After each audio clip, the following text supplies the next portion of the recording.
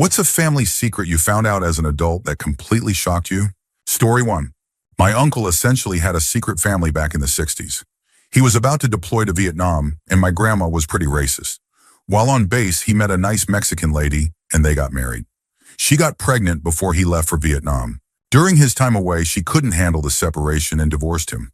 Heartbroken, he signed up for another tour of duty. When he finally returned, he found out she had remarried and was raising their child with her new husband. The kid had never known him, and since everyone seemed happy, he quietly walked away and told no one. Then around 2017, when my uncle was in his 70s and on his third, or technically fourth, counting the secret one, marriage, something unexpected happened. His last adult child had moved out, and during a family BBQ, a middle-aged Mexican lady showed up at his door. She said, "Hey, I think you're my dad." My uncle looked at her for a moment and asked, "Maria?" She nodded, confirming, "That's me." He simply said, "Come on out back. The dogs are already on the grill." That was how I met my much older cousin I never knew existed. Her mom and the man who raised her had both passed away a few years earlier. On her deathbed, her mom revealed, "Your dad wasn't actually the man you thought he was." It took my cousin a couple of years to process this and decide to seek out her real father. When she finally found him, her only question was, "Why didn't you ever come around?" My uncle just shrugged and said, "Your mom told me not to, and you had a good family. Why would I ruin that?" Now she lives next door to him. Story 2. I wasn't an adult, more like in 5th grade when I found out. My parents were fighting, and my dad threw this secret at me. My mom's first school experience was rape, and she got pregnant. Somewhere out there, I have an older brother because her parents didn't believe her and sent her to a cider house rules type of place to have the baby. Then my mom retaliated with another revelation. My dad had been married twice before meeting her, and had 2 daughters from his first marriage, whom he never saw again. Shocked and overwhelmed, I refused to go to school until I learned more. My mom finally sat me down and told me everything, including all the affairs my dad had and how she caught him, sometimes even with toddler me in tow. Those were some rough times. Story 3. Just a few weeks ago, I found out something surprising about my grandmother. She's white and grew up in California. Back in the early 40s, she was engaged to a Japanese man. When America entered World War II, he was rounded up and deported. She tried to follow him, but her parents prevented her. Eventually, she ended up marrying my racist grandfather and moved to the mountains of West Virginia. Nobody really knows why she made that choice, but it probably had a lot to do with her parents' influence. However, it did shape her values. She was always adamant about teaching my mom and her siblings that racism was wrong. She also supported the civil rights movement, often sending money from her side jobs to organizations that promoted desegregation and diversity. It wasn't exactly a secret, but I think my mom just assumed she had already told us. Story 4. My grandmother cheated on my grandfather while he was deployed in the military. The baby resulting from the affair was given to my grandfather's brother and his wife to adopt since they had fertility issues. This remained a family secret for years until my grandmother decided to reveal it to her son, nephew, at his sister's wedding. My uncle described the close relationship he always had with his cousin, and suddenly it all made sense when he found out they were actually brothers.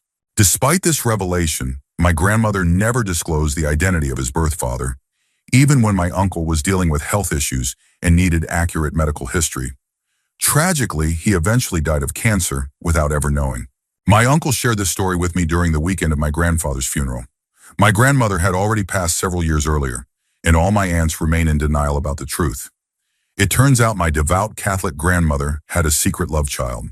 Story 5. Turns out a trust fund set up by my grandparents could have fully covered college or trade school expenses for all of us grandkids. However, our parents never told us because using the money for education would have left them with less cash. This was after the fund had already paid for a house for them outright. We only discovered this about a decade after they had emptied it out. Now they wonder why none of us have the resources to help them in their old age, or why we barely talk to them. Maybe if they hadn't sabotaged our educational opportunities and left us to fend for ourselves, they'd have successful doctors, lawyers, and engineers to rely on, instead of a bunch of late bloomers who had to build stability from scratch. Story 6.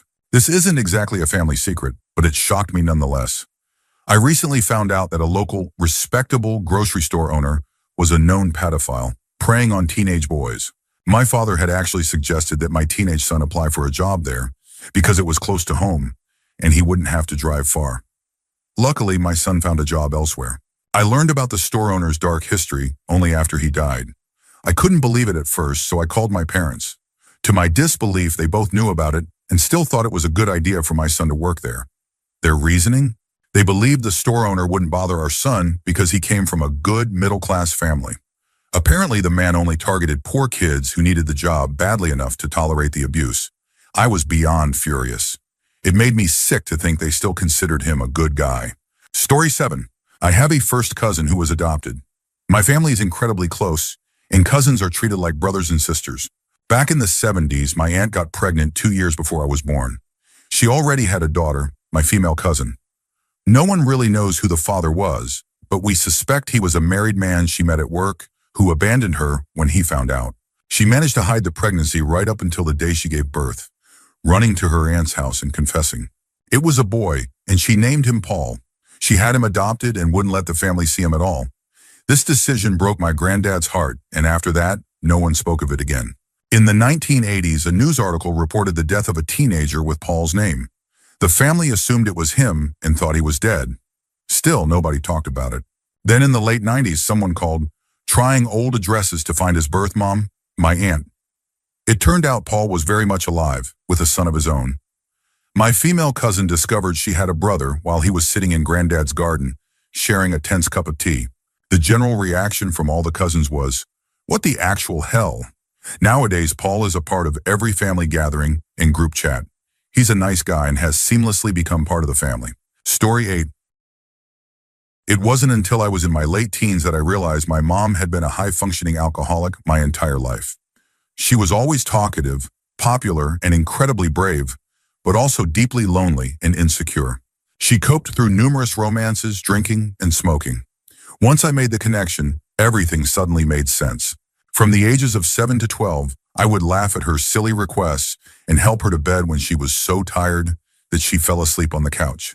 My brother and I would put ourselves to bed, often leaving lights on because the dark made us uneasy. In the morning, she was always puzzled by the lights being left on. Waking up for school was a nightmare because I was so exhausted from the night before. Sometimes 3 to 4 times a week, neighbors would come over and drink with my mom on the deck for hours while my brother and I played inside. The constant supply of wine bottles in the fridge suddenly made sense too. And I remembered how she would sometimes pick me up from school with a big gulp in the car, warning me not to drink from it. One time I did, and I told her that her tea tasted funny. She looked horrified. It was actually full of white wine. Her friendliness and how she would bring home random people from airports, grocery stores, or wherever who would stick around in our lives for a while and then suddenly vanish also made more sense. Eventually, she married her drinking partner, a violent, abusive man. I'm honestly glad he's dead now. The fights they had, the cruel things he'd say when no one was watching, and the way he drove with an open glass of scotch in the car are burned into my memory. She passed away when I was 15 from breast cancer. She had stopped drinking the year before she died. I believe if she had lived longer, she would have left my stepfather and stayed sober. But who knows? She had been drinking since she was 15, ever since she figured out she could pour liquor into slushies. Story 9. I've been with my wife for 20 years now. Early in our relationship, I caught wind of a family secret on her mom's side, but no one shared the specifics. About a decade later, I finally found out what it was. It turns out that one of my wife's cousins, now a woman in her 50s, doesn't know who her real father is. It wasn't a case of adoption. My wife's aunt, her mom, had an affair back in the day and got pregnant. The family decided it was best to let the cousin believe her father was someone else entirely. Even more surprising, the real father still lives just a few streets away. To this day, her cousin has no idea about her true paternity, and everyone in the family just continues to play along with the story. Story 10. This secret shocked everyone else more than me. After years of being perceived as the model South Asian family, it was revealed that the real reason behind our unconventional upbringing was that everyone was neurodivergent. My parents, refusing to follow harmful generational norms, raised us differently from the start. I found out when I went to university and needed to pass a psychological evaluation for a lab job involving children. The next day, I got an email from the psychiatrist's office asking if I wanted to follow up.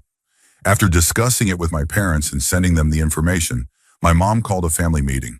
That's when we all acknowledged that we each had varying neurodivergent conditions. Me with a few, my sister with one, and my grandma with the most. The real drama started when our highly conservative extended family found out. Growing up, we'd heard endless ableist nonsense, especially around neurocognitive conditions, which were seen as shameful or unintelligent. But now our relatives, who had once criticized us, started encouraging their kids to get autism diagnosed, thinking it was some secret to academic success. My parents, who never miss a chance to mess with people, started responding to comparisons between children with lines like, "Oh, that must have been the autism." It's both hilarious and ironic, considering how the same relatives who once condemned neurodivergence are now chasing it, seeing us as the model family, doctor, engineer, and successful kids. The whole situation still makes me laugh, given the years of judgment we endured from them. Story 11. My dad has a brother he's never met. During the Korean War, his dad cheated on his mom and left her for a while. During that time, he had a child with another woman. Eventually, he returned to my grandmother, bringing along his other kids, my dad's brother and sister, and they went on to have 3 more children together, including my dad. So in total, there were 5 kids plus this other uncle. My dad never had any contact with his half-brother. My Nana and Pop-Up met him once when he was an adult, just before my Pop-Up passed away, but my dad knew nothing about it. He only admitted the truth to me because I did DNA testing, and he knew it would eventually come up. My dad wasn't a great father. He walked away from my sister and me when we were just 2 and 3 years old. I always wondered how someone could just leave and not care about their kids. But apparently it's a pattern. His own father did the same. I could never do that. My kids are my everything. They're the reason I breathe. I am nothing like them. Story 12. My family history is honestly wild. During World War II, the Germans invaded our city. My great-grandfather, just a teenager at the time, decided with 2 friends, a guy and a girl, that they were going to kill a Nazi. My great-great-grandmother ran a bed and breakfast, and they lured a Nazi officer inside by promising him a bed while the female friend pretended to be a prostitute. Once they got him into the basement, they knocked him out, killed him, and dumped his body in the river. Later, my great-grandfather married my great-grandmother, but he became a drunken tyrant. One night after he came home drunk, she boiled a pot of water and threw it at him, sending him crashing into the Christmas tree. She then kicked him out into the freezing cold and told him never to come back. They divorced after that. Then there was my grandfather's sister, who had an affair while her husband was away as a truck driver. One day he came home to find everything, his wife, the furniture, everything, gone. A mutual friend called to say her husband had run off with his wife. The usually calm and kind man snapped. After a few days, when the affair ended, he found his ex-wife at her mother's house and stabbed her in the face 11 times. My great-grandmother managed to knock him out with a frying pan. He served 6 months in prison, but after his release, they remarried and lived happily ever after. They even had a parrot. Strangely, despite his attempts, the parrot never repeated his words, only his wife's. And that's just my grandfather's side of my mother's family. My grandmother's side and my father's side have equally wild stories. I could probably write a book. Story 13. My grandpa on my mom's side was a bank robber in the early 1920s, hitting places in South Dakota and Nebraska. Both states wanted to prosecute him, but South Dakota got him first. He was sentenced to around 10 years. Just a few weeks before his release, he attacked the prison warden by smashing a chair over his head, stole the keys, took the warden's car, and drove to his parents' house in Illinois. The police picked him up the next morning. He ended up serving the rest of his sentence plus extra time. I always thought he lost his leg in a war or something. When I asked my dad about it, he bluntly said, he got so tired of messing up that he jumped off a bridge and messed that up too. I later found out the whole story through ancestry records and newspaper archives. Story 14. Both my maternal and paternal grandparents were always the epitome of loving, committed husbands. Growing up, I always admired their relationships and hoped to have something similar. When my maternal grandmother began showing early signs of Alzheimer's, she would get angry at my grandfather, accusing him of seeing that woman again or questioning where he'd been all night. My mom told me it was likely because he had an affair long ago. Then my dad took an ancestry DNA test and discovered he had a half-brother he never knew about, born from the same father. Dad planned to meet him, but a couple of weeks before they could, his half-brother suffered a fatal heart attack. Both my grandparents have passed, and now there's no one left to ask for details. Story 15. I never knew either of my grandfathers since both passed away before I was born. My dad's mom lived until she was 98, and during the last 2 years of her life, she shared a story with me that left me stunned. One morning, she walked out of the bedroom and saw my grandpa asleep on the couch with another woman. I asked her what she did, and she said she just turned around and went back to her room. I was curious about how my dad reacted, but she explained that nobody else was awake to see it, and by the time she came back out, they were both gone. When I later mentioned this to my father, who was in his 70s, he insisted that it never happened. He only remembered stories about his dad involving excessive drinking and losing his temper. He had never heard this story before, likely because he chose not to attend my engagement dinner with his side of the family at the last minute. That was when Grandma confided in me, and she also gave me her grandmother's wedding dress, which had just been sitting in a box for years. However, the situation took a chaotic turn when my drunk cousin retold the story. But instead of using our grandfather's name, he swapped in my dad's name.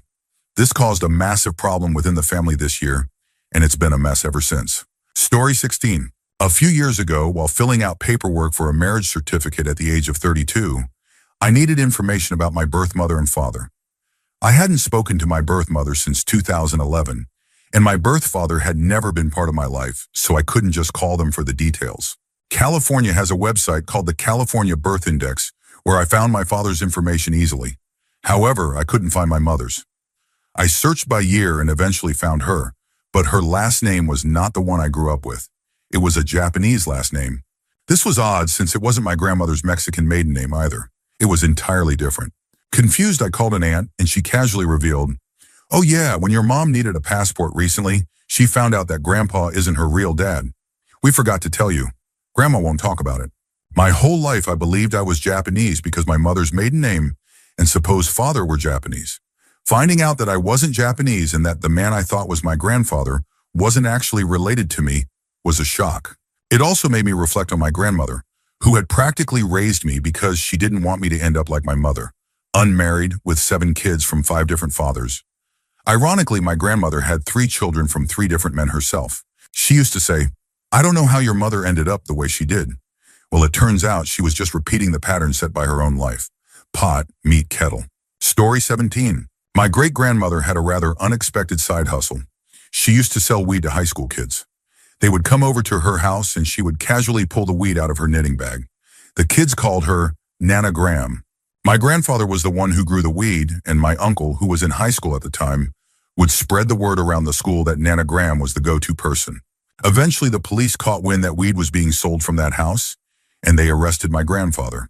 Ironically, they never suspected my great-grandmother. She put on quite the show, acting completely shocked when the cops showed up. It was a small town, and nobody ever thought the sweet, tiny old lady could be the mastermind behind a weed operation. She also claimed to be too old to go to church, so the priest would make house calls for her. Truthfully, she just had a crush on him. The whole thing still makes me laugh because she genuinely looked like a stereotypical sweet grandma. Years later, I found out about this story, decades after she passed away. My mom shared it when I was old enough to hear it, casually dropping it like it was nothing.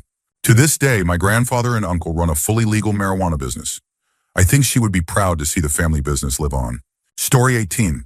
My great-uncle was one of the kindest, most patient, and fun people I knew. He served in the Marines during World War II and the Korean War. While in Korea, he met a girl and fell deeply in love with her. He even wrote a letter to his mother saying he wanted to marry her. However, his mother, my great-grandmother, absolutely forbade it.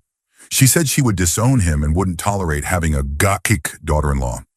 Back then, it was socially taboo to marry without both parents' consent, so he never married her. He never married anyone after that. He stayed single for the rest of his life, living with his mother until she passed, and then staying in the same house alone. I only found out about this after he died, and it broke my heart. He deserved to be happy and loved, but he gave it all up because of family pressure. It also bothered me that when he was buried at Arlington Cemetery, he didn't receive the 21 gun salute like my grandfather did. They claimed there was a shortage of personnel after 9/11, but it felt like an excuse. He served for over 20 years, and I believe he deserved that honor. I still think about organizing a group of 7 people with guns to give him the salute he never got. Story 19. During a period between marriages, my dad reconnected with an old girlfriend who was back in town. Apparently, she and her husband had been trying to have kids, and she was on fertility treatments at the time. I'm not sure if my dad knew she was married when they hooked up. A while later, she called my dad and revealed that she was pregnant. She confessed that the kids were his but begged him to never contact her again. It turns out she had triplets. When I found out, I looked them up on social media, and there was no doubt they looked just like us. However, she remained married to the same man, and I'm pretty sure no one else knows the truth. My siblings and I made a pact to never take any DNA tests because we don't want to destroy what seems to be a happy family. We've decided to just let it be. The kids are being raised in a stable environment, and it doesn't feel right to disrupt their lives with the truth. Story 20. On my mother's side of the family, there were 8 siblings. The eldest, Irma, had a child with a man named Eduardo. My grandmother didn't approve of him because he was a musician, and in Bolivia at that time, musicians were seen as lowly people. Tragically, Irma died within a year of giving birth to her daughter Elsa. To keep Elsa from ever knowing her father, my grandmother and the rest of the family decided to tell her that she was one of the siblings, rather than the daughter of Irma. I always knew Elsa as my aunt, and all my other aunts treated her as their sister, even though she was really my cousin and their niece. One summer, while visiting family in La Paz, Elsa's father, Eduardo, reached out to her. The drama that unfolded was intense. Elsa discovered that she had been lied to her entire life and was understandably furious. My parents, my brother, and I accompanied her to Cochabamba to meet Eduardo for the first time. To our surprise, Eduardo was actually a founding member of a famous Bolivian band called Los Tigres, and his house even had a recording studio. He drove us around the city in the back of his VW minibus that had a truck bed. Eduardo turned out to be a genuinely great guy, ironically enough. Eventually, Elsa forgave the rest of the family, and they still act like sisters, just as they always did. I still call her Tia. That summer was unforgettable, full of revelations and a lot of emotional highs and lows. Story 21. My parents have a 19-year age gap. Growing up, I always assumed there was some kind of power dynamic involved since my dad was 40 and my mom was just 21 when they got together. One day in high school, my dad was on my case about something stupid I had done, and he made a snide comment about bringing any girlfriends home from college since he likes them young. He called my mom in to set the record straight. It turns out the reality was quite different. After he initially told her he wasn't looking for wife number 3 and would find an adult if he was, my mom kept showing up at his parties and usual hangouts. She was persistent, and he never actually took her up on her offer to leave if he wanted her gone. Before long, they were taking pregnant honeymoon photos. They're an odd couple for sure, but 40-plus years later, they're still together, so I guess it worked out for them. Cheers to them for defying the odds. Story 22. My uncle was a genuinely nice guy, well-loved by everyone. He had the same girlfriend since high school, and the whole family adored her. They couldn't wait to see them get married. However, they had a spat and broke up, although nobody thought it would last. During their break, my uncle had a one-night stand with another woman and ended up getting her pregnant. The whole family was devastated, not because of the pregnancy itself, but because they absolutely hated the baby's mother. Being strict French Catholics, the family practically forced my uncle to marry her, despite the fact that she was a mean-spirited, conniving person. The marriage was rough, mostly because of her toxic behavior. Growing up, I just thought of her as the mean aunt, not knowing the story behind it. Looking back, I can see how religion and family pressure trapped him into a life he never really wanted. It's sad to think how different things could have been if he had been allowed to choose his own path. Story 23. When I was 19, I worked as a hairdresser and had been cutting the hair of the same guy for about a year. One day, one of my coworkers casually mentioned, "Do you really not know that's your half-brother?" I was floored. It made sense, though. He did resemble my full brother, just not enough for me to connect the dots. It turns out that my dad had 4 other kids from a previous marriage that I knew nothing about. One day, the guy whose hair I had been cutting showed up at our house with another guy who looked exactly like my father, just younger. It was my dad's son, his namesake. My mind was blown. The brother whose hair I'd been cutting knew all along, but never said anything because he didn't want it to be awkward.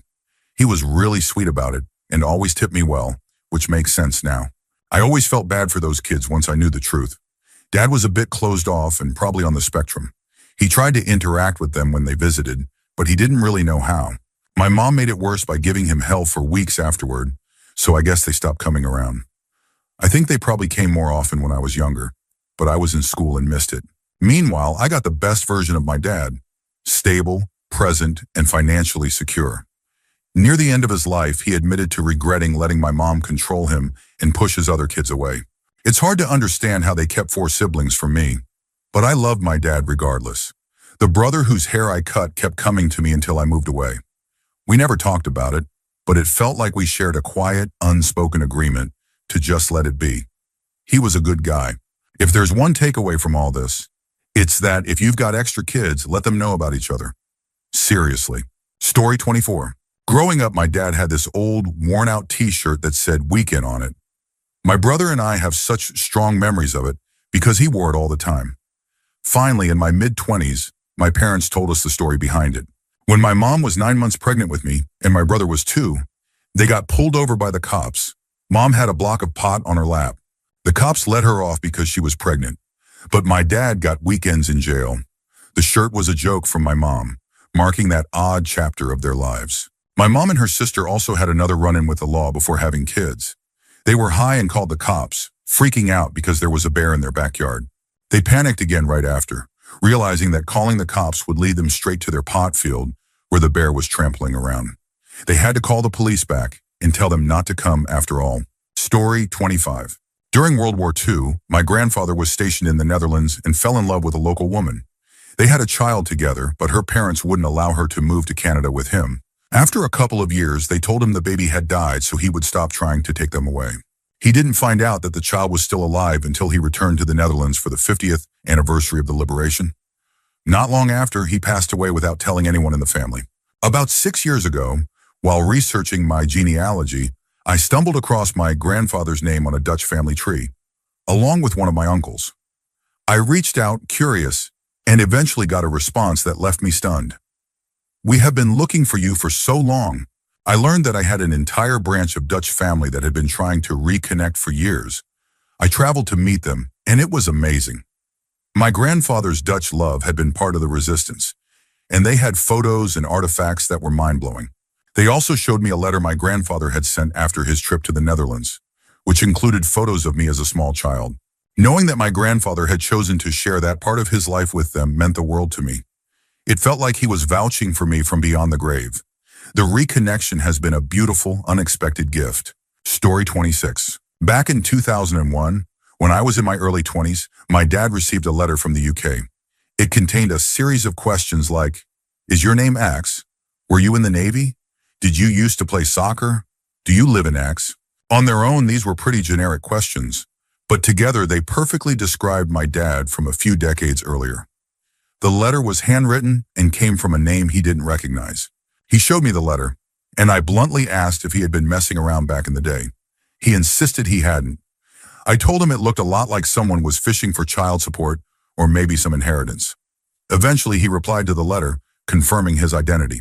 A few months later, he received another letter, this time from a name he did recognize, his ex-girlfriend from nearly 30 years ago.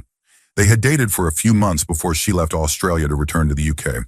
Unbeknownst to him, she found out she was pregnant during the boat ride back. She raised their son on her own, never dating anyone else, and gave him my dad's surname. The person who had tracked my dad down was the son's cousin, who worked at a place that had access to details on will beneficiaries. After my dad's mom passed away, his name showed up on a registry, which is how they found him. And that's how I found out in my 20s that I had an older brother. Story 27. My dad had a pretty wild youth. From ages 12 to 18, he experimented with a lot of hippie drugs, weed, psychedelics, you name it. The most shocking thing I found out was from my cousin, who told me that Dad had once given LSD to his younger sister without her knowing. She would have been around 11 or 12, maybe 15 at most. This information was mind-blowing to me because my dad has always been the straight-edge, responsible type. I could never imagine him doing something like that. He became a dad at 20, and that seemed to snap him into being a responsible adult overnight. Looking back, I can see how his rough upbringing might have contributed to his choices. He grew up with a manipulative single mom, and his dad abandoned the family for a much younger woman. I guess it makes sense that he sought escape through drugs at such a young age. Still, dosing his sister with LSD is something I can't quite wrap my head around. Thankfully, his sister turned out fine, and they have a good relationship now.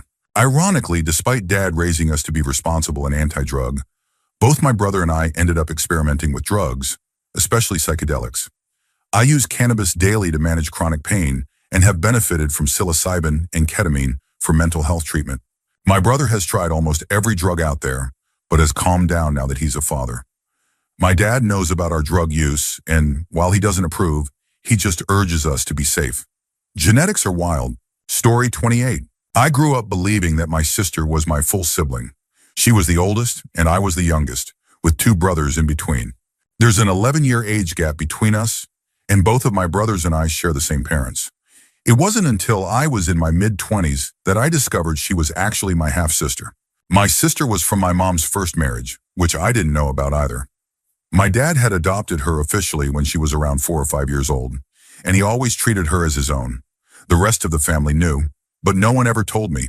When my parents split during my teenage years, my sister started pulling away from dad. By that point, she was in her mid-20s, and it was only when I overheard her talking about how she thought she'd found her biological dad that I learned the truth. After she reconnected with her real father, she distanced herself from our family completely. Dad, who had raised her like his own daughter, hasn't seen her for nearly 20 years. Now that he's struggling with dementia, he still constantly asks about her, wondering why she doesn't visit. It's heartbreaking to see him still love her so much, even though she's been gone from his life for so long. I haven't seen her in 15 years, and every time Dad brings her up, it breaks my heart. Story 29. Growing up, my grandfather was the kindest, most gentle man I knew. He was always loving and sweet to me, and I never thought twice about it. One day when I was a teenager, I was sitting in the back seat of their station wagon when I overheard him whisper something to my grandmother that included the N-word. She just waved him off with an, "Oh, Tom." I convinced myself I must have misheard. Years later, when he passed away, we gathered for his funeral. As we were standing around, drinking punch and reminiscing, about 8 or 9 old white men walked in, marching 2 by 2. They approached his open casket, placed some sort of wreath or sash on him, and left as quickly as they had come. One of them said, "He was a good one," loud enough for me to hear clearly.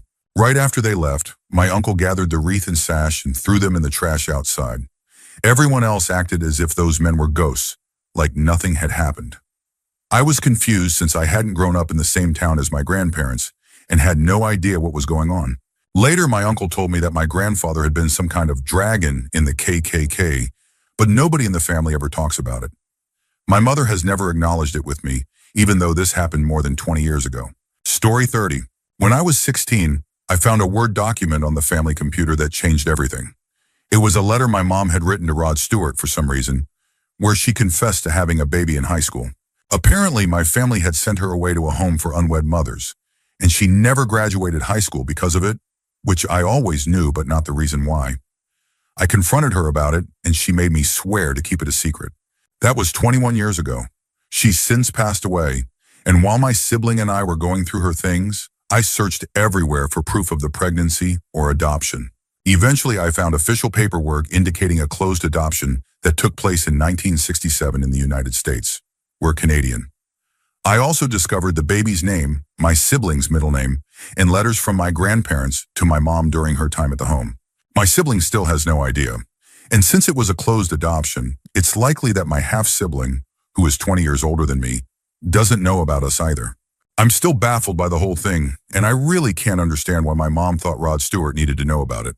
Story 31. When I was working at a group home for disabled adults, I had been there about a year when I made a shocking discovery. One of the residents was my relative. It turned out that one of my great-aunts had gotten pregnant as a teenager back in the 1950s. The baby was born with severe disabilities, and, as was common at the time, the child was given up to the state. She lived in a state-run hospital until it closed down, after which the remaining residents were relocated to adult care homes across the state. Once I learned the truth, the resemblance became obvious.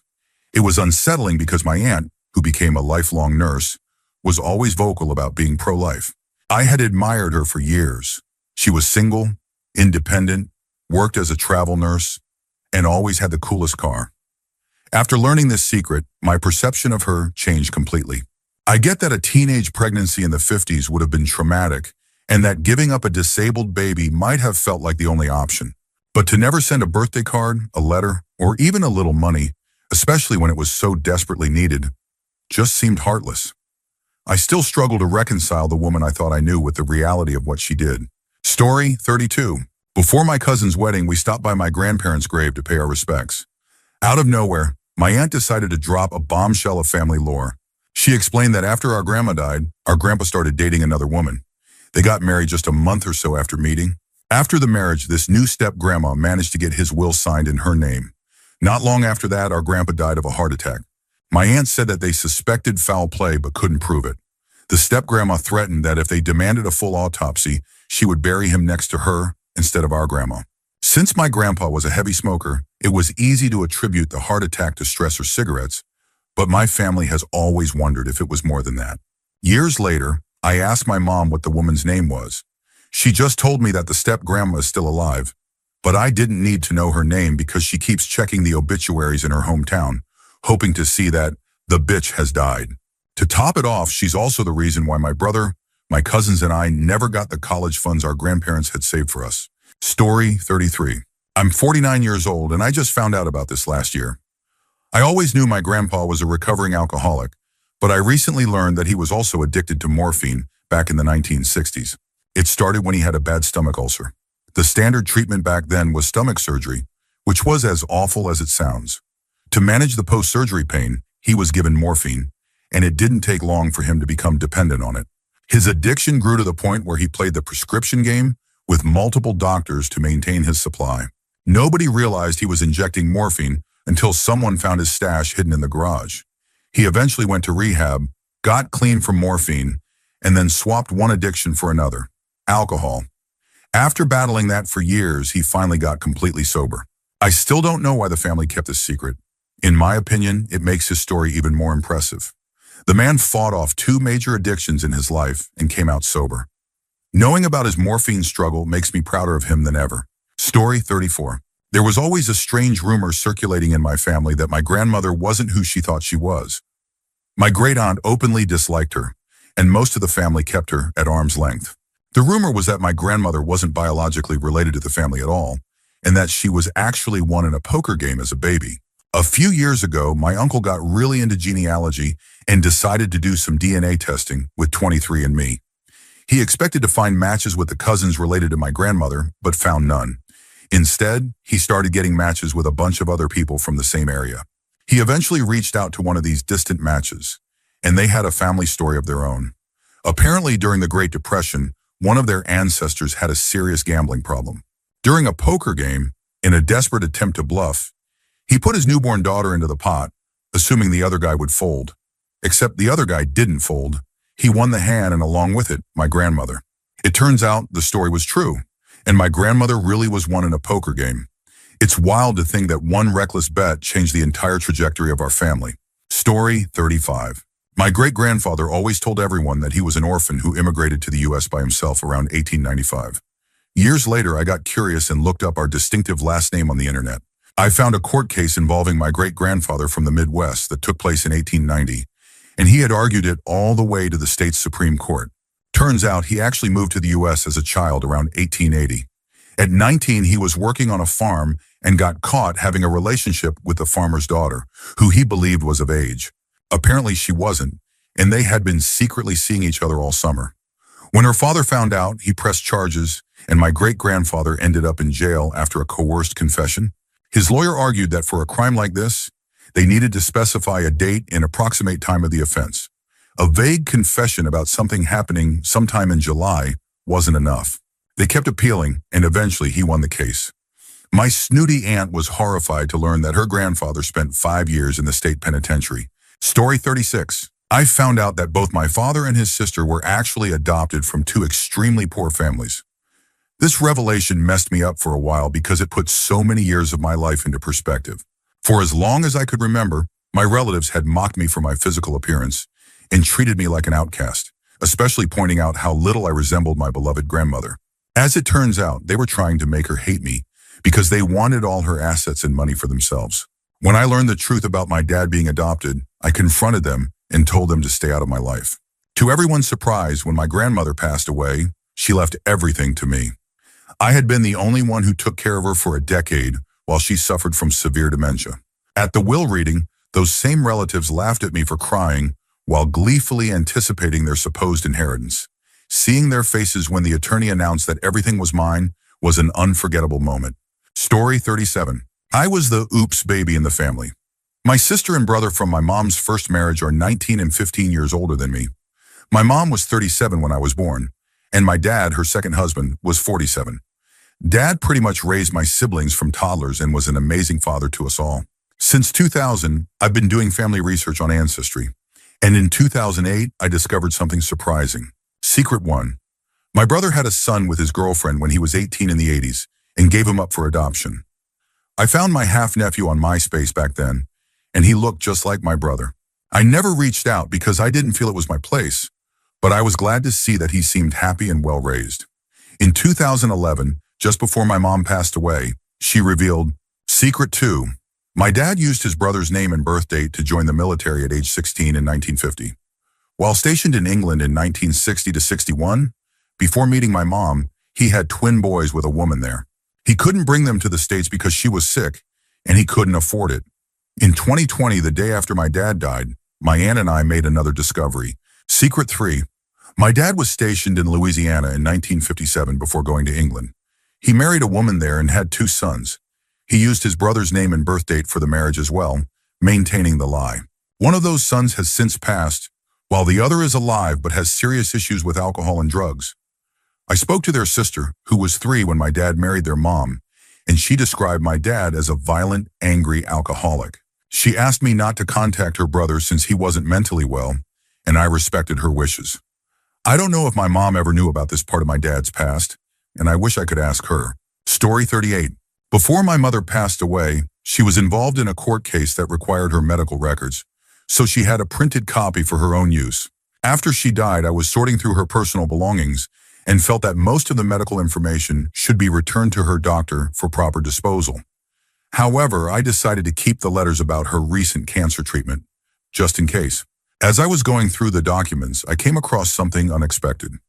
A child protection social worker's assessment and follow-up report concerning me from when I was 5 months old. According to the report, my mother had become frustrated because I would cry every time she left the room, so she hit me.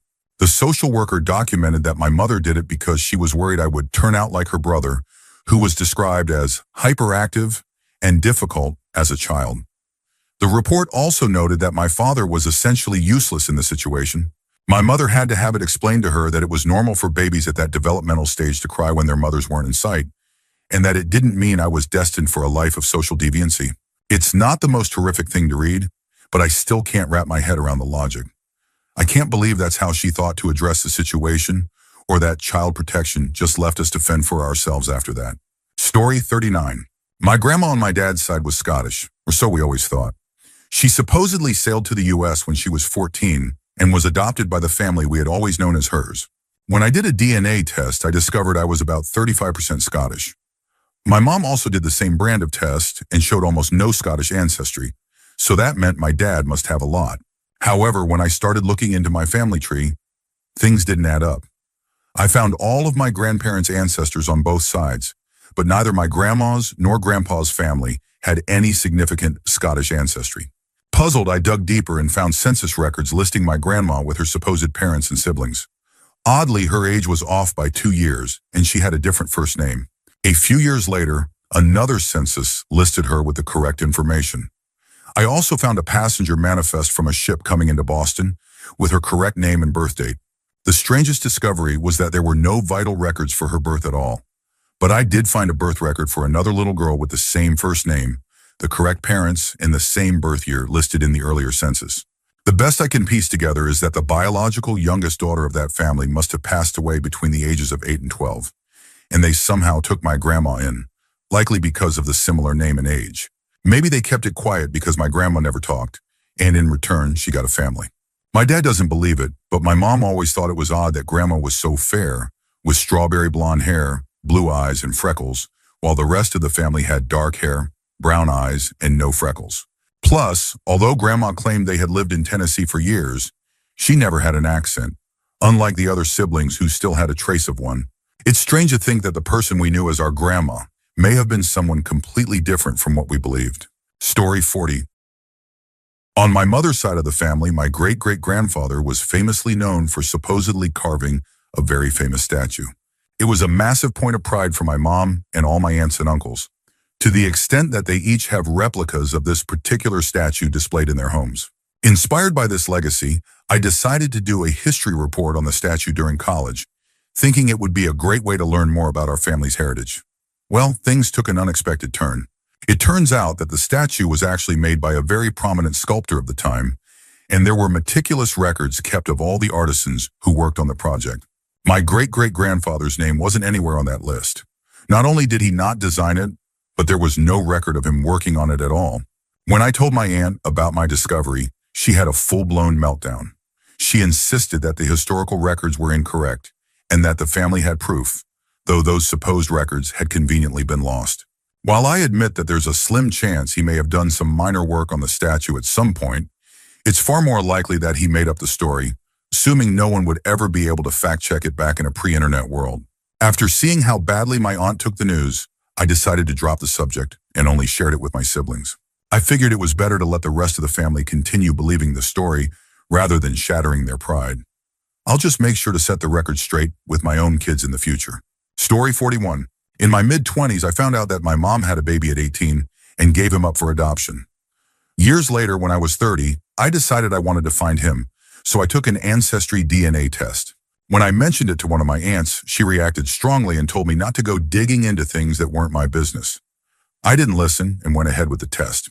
My brother wasn't on the site, but I did match with a woman who seemed like she could be my grandmother.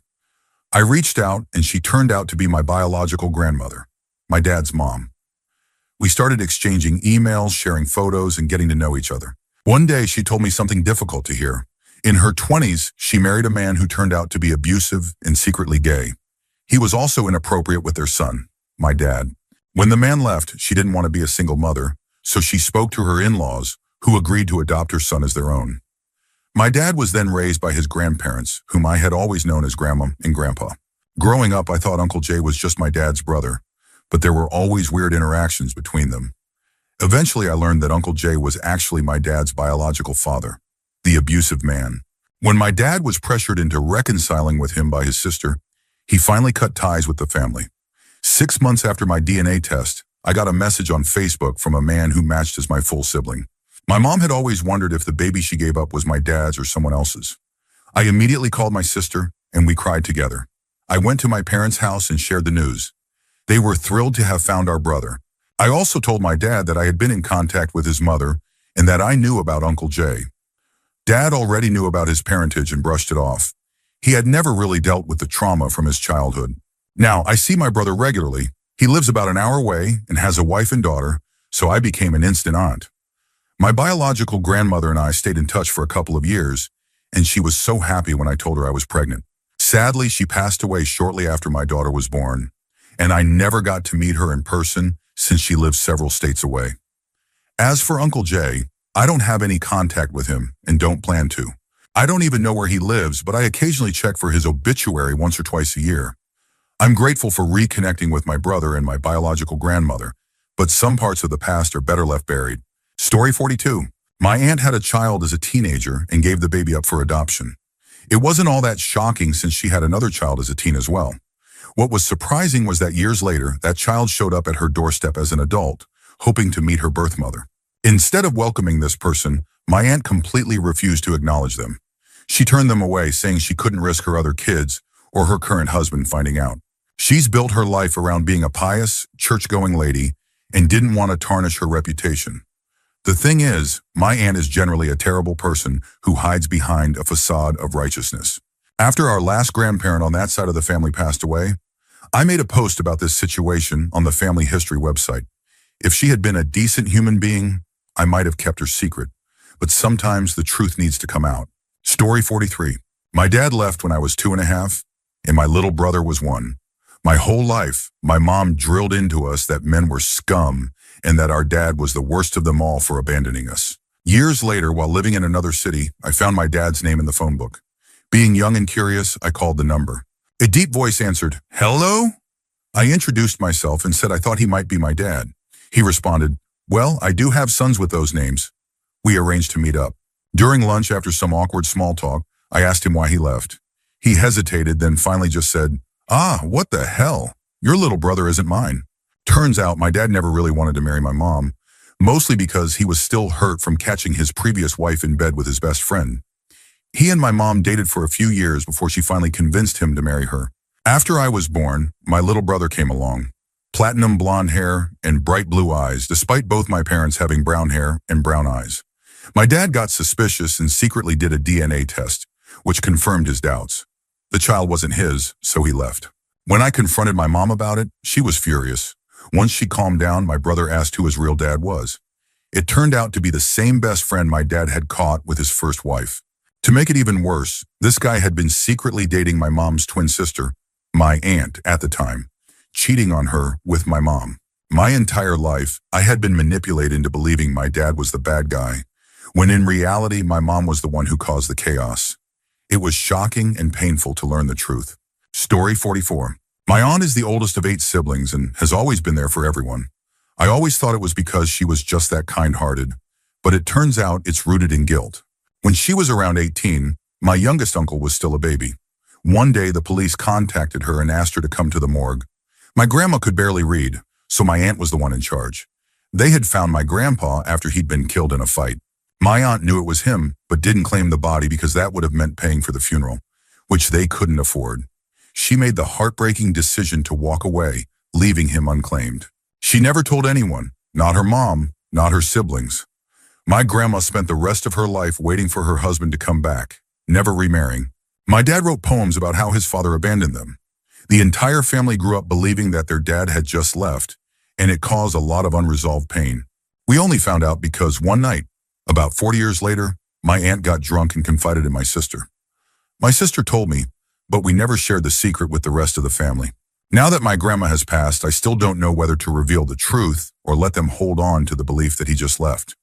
Sometimes, the truth feels more painful than the story they created to cope.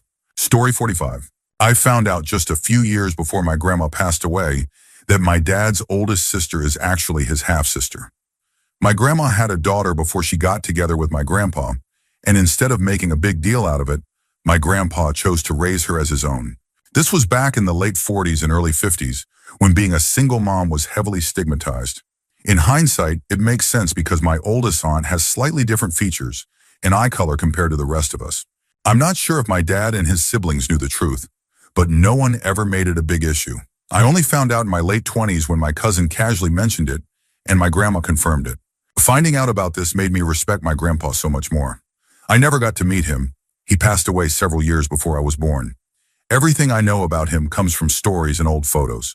It really says something about his character to step up and marry a single mom during a time when that wasn't the norm. He and my grandma stayed married until his death, and I think it's incredibly sweet.